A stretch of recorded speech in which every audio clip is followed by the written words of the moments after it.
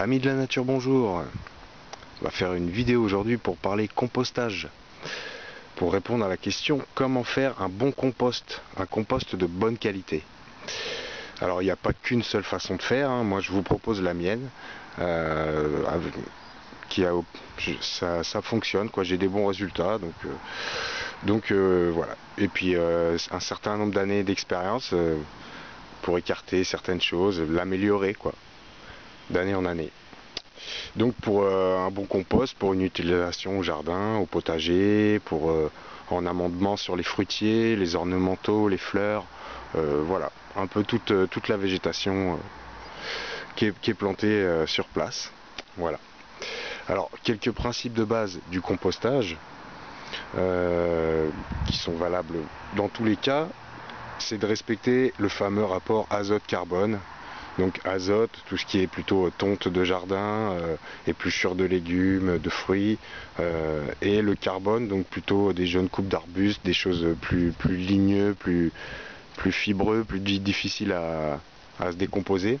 Donc essayer d'équilibrer, d'apporter des différentes choses pour équilibrer le compost. Faut que le compost en fait il ait une structure. Faut pas que ce soit un tas de bouillie ou un tas de paille. Voilà, il faut qu'il soit varié pour qu'il y ait un apport équilibré entre les bactéries et les champignons. C'est un équilibre entre les bactéries et les champignons. Et puis il y a aussi les fameux vers de terre, hein, les fameux lombrics qui viennent manger toute cette nourriture. Et pour qu'ils viennent, il faut que votre compost il soit toujours humide, toujours bien humide. S'il est sec, il n'y aura pas de vers dedans, il n'y aura pas de décomposition. Voilà quoi, ce qui est dedans va se momifier, ça va pas bouger. Surtout si vous mettez un couvercle dessus. Là, moi, j'utilise pas de couvercle, je les laisse volontairement ouverts parce que justement, quand il pleut, bah, il pleut dedans. S'il pleut trop, je peux éventuellement mettre un couvercle pour pas qu'il pleuve trop dedans, mais bon, en général, c'est très drainé, hein. Puis le fait qu'il pleuve dedans, donc ça va faire remonter les vers de terre, ça va favoriser l'activité dans le compost pour la dégradation. Donc toujours bien humide, mais pas détrempé non plus, quoi. Alors faut surtout veiller à ce qu'il soit bien aéré, bien ventilé, bien décompacté. Faut pas que ce soit vraiment une bouillie écrasée, quoi. Lorsque d'ailleurs vous tondez la pelouse, que vous mettez la tonte, je vous conseille de mettre juste une petite épaisseur de tonte, peut-être 5 cm maximum. Au-delà, ça va chauffer, ça va brûler, ça va se décomposer, mais en fait le rendu, c'est bidon, quoi.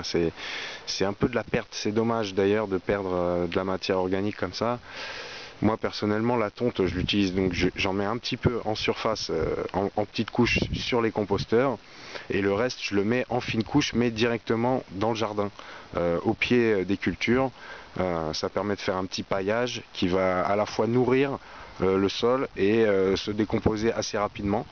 Vu que c'est très azoté, c'est de la tonte fraîche, ça va disparaître très rapidement, quoi. Donc voilà, je vous déconseille de vider votre panier entier ou plusieurs paniers dans le même composteur, parce que ça va chauffer, ça va brûler, mais au final ça va pas faire un bon rendu, et tout ce qui est en dessous va être cuit, quoi. Voilà. Donc pour qu'il soit bien aéré, bien ventilé, bien décompacté, au fur et à mesure que vous l'alimentez, il y a un outil qui existe maintenant, qui est vachement pratique, c'est une spirale. Alors je vous montre ça. Voilà. Alors moi j'appelle ça une spirale de compostage. Chacun a son petit nom. Voilà, je sais pas qui exactement l'a inventé, mais en tout cas c'est juste une spirale. Donc il y a juste un tuyau là pour faciliter la rotation. Alors je vais vous faire une petite démo. En fait ça permet vraiment de brasser le compost. D'ailleurs bah, je crois qu'il y en a qui l'appellent le brasse-compost. Je sais pas si c'est copyrighté ou quoi, mais en tout cas moi la spirale à compost ça me va bien. Je vais vous montrer un peu le boulot que ça fait.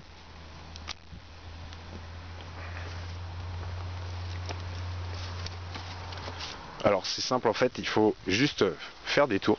Vous choisissez un endroit, vous faites, je sais pas, 7-8 quarts de tour. Donc plus vous allez profond, plus ça va être dur à remonter après. Hop, et après on tire. Et tout simplement ça va venir remuer le fond. Alors on le fait à différents endroits.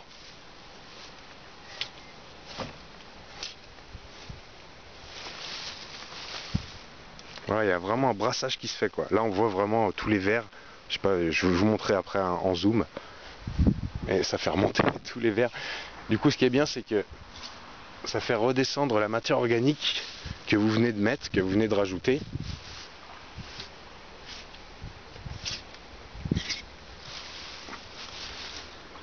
On voit que la terre est bien plus noire. En surface, là, il y avait surtout des feuilles. Mais en fait, là, déjà, le compost, il est prêt. Je peux l'utiliser là. En fait, ce compost-là, ce composteur, j'ai commencé à l'alimenter l'année dernière en mai. Donc, il a exactement un an du moins. Enfin, j'ai commencé à l'alimenter il y a un an et j'ai cessé de l'alimenter en février de 2023, donc de cette année. Et donc ça fait 3 mois que je ne l'ai pas alimenté, mais j'ai continué de l'arroser si nécessaire, s'il était trop sec, et de le brasser environ 1 à 2 fois par mois avec cet outil-là.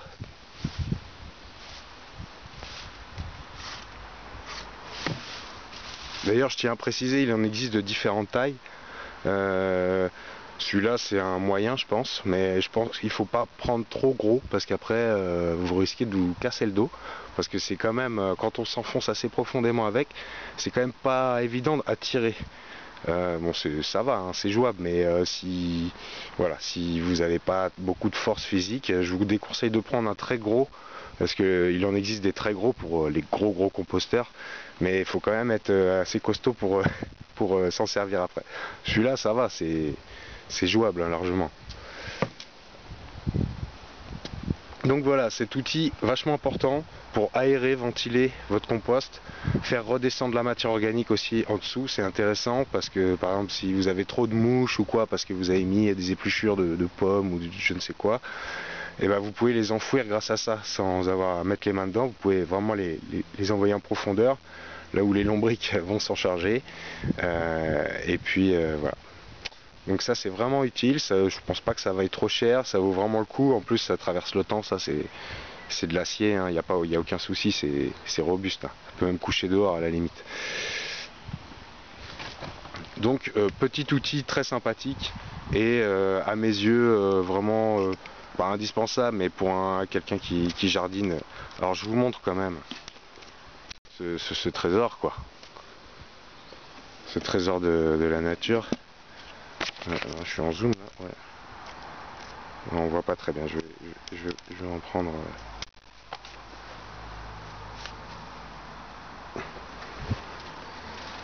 Voilà. Voilà l'or noir. Alors là il est pas. Il est. Ouais voilà. Je vous montre hein, quand même. Il y a de la vie là-dedans, je vous le dis. Il est chargé de verre. Il y a ce qu'il faut quoi. Donc là il n'est pas ultra décomposé comme un. Mais c'est bien. C'est bien parce que justement il continue à y avoir de la vie dedans. Donc là on peut l'utiliser tel quel quoi. Même s'il y a encore des bouts de feuilles, tout ça, c'est aucun problème quoi. C'est au contraire, ça va faire vraiment, ça va finir de se décomposer, finir d'être absorbé par les plantes. Ça va faire un couvert qui va faire que ça va pas trop sécher. Vous pouvez mettre ça direct en surface ou le mélanger aussi au compost, le mélanger à la terre de jardin si vous faites du repiquage au jardin.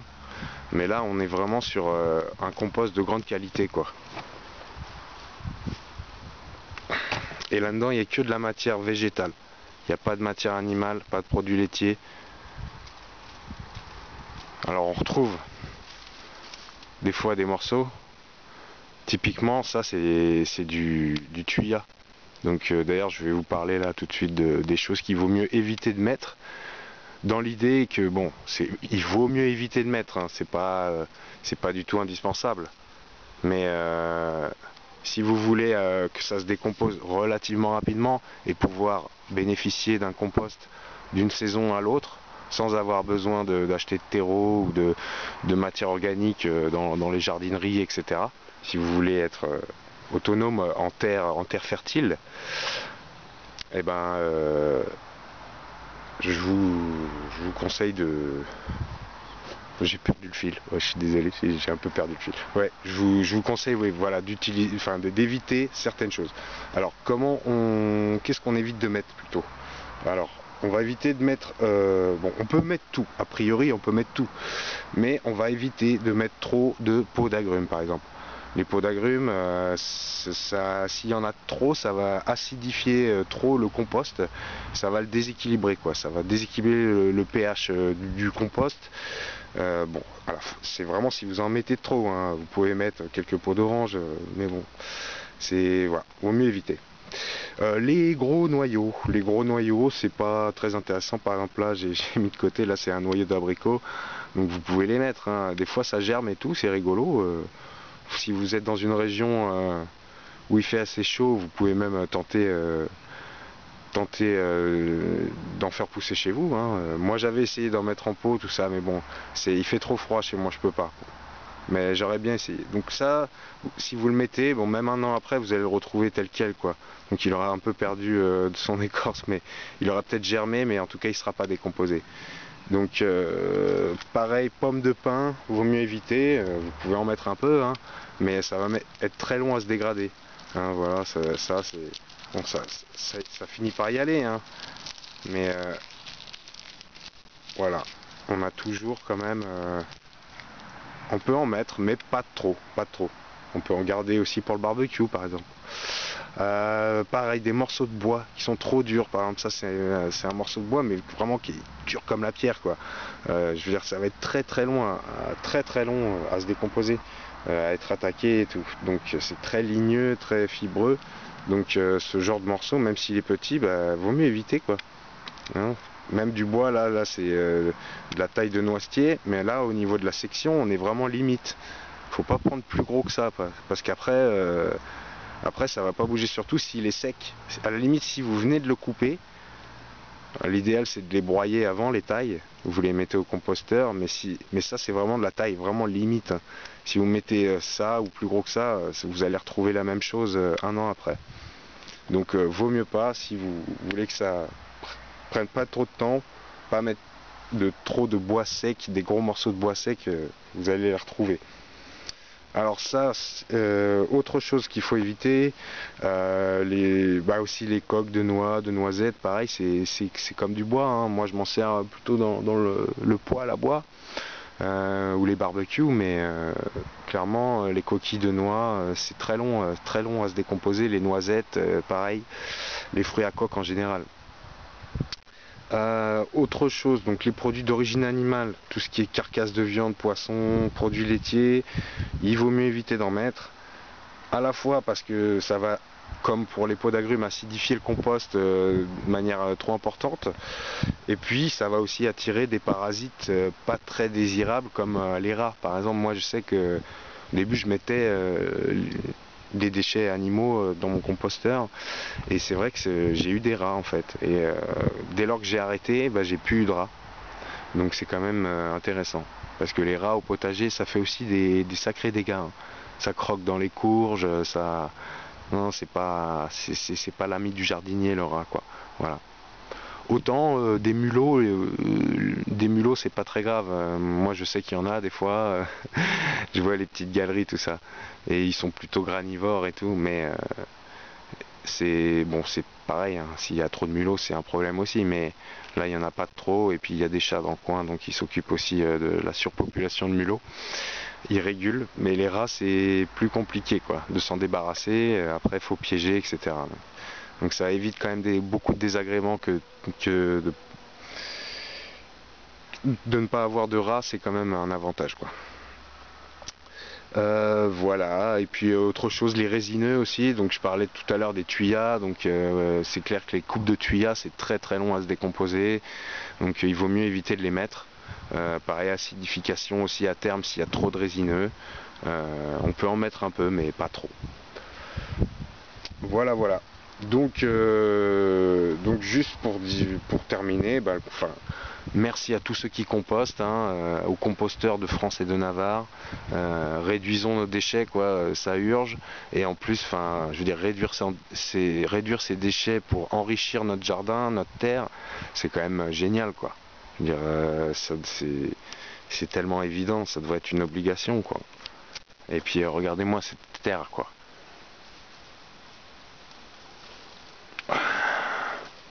Ça, c'est l'or noir, c'est la vraie richesse, c'est ça en fait. La vraie richesse, c'est ça. C'est... Y a pas à dire, quoi. Et vous verrez que dans les temps à venir, ça sera... Tout le monde compostera. Ça sera une évidence, quoi. Enfin, voilà. Bon, bah écoutez, j'espère que le message est passé. Compostez, compostez, même si vous faites ça un peu à l'arrache et tout, c'est toujours mieux. Même si vous n'avez pas de potager, c'est toujours intéressant. Vous avez peut-être des fleurs et tout. Vous pouvez même offrir votre compost si vous savez pas quoi en faire à votre voisin jardinier. Voilà, il vous donnera des pommes cet automne par exemple. Voilà, des échanges intelligents. Bon, bah sur ce, je vous laisse et puis je vous dis à une prochaine. Salut!